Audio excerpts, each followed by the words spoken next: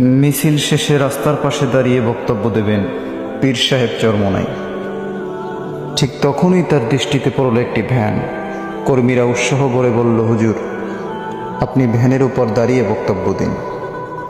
তিনি সঙ্গে সঙ্গে কোমল অথচ দৃঢ় কণ্ঠে জিজ্ঞেস করলেন, ভ্যানের মালিকের অনুমতি নিয়েছো?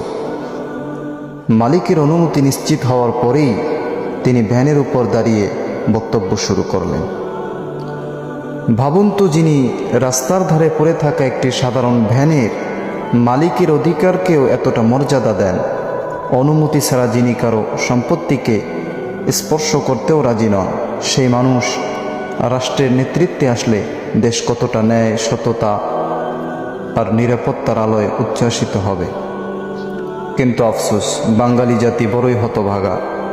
এরা সামান্য টাকার লোভে, এক প্যাকেট বিরিয়ানি আর হাত খরচের মোহে দুর্নীতিবাজ আর চাঁদাবাজদের পিছনেই দৌড়ায়।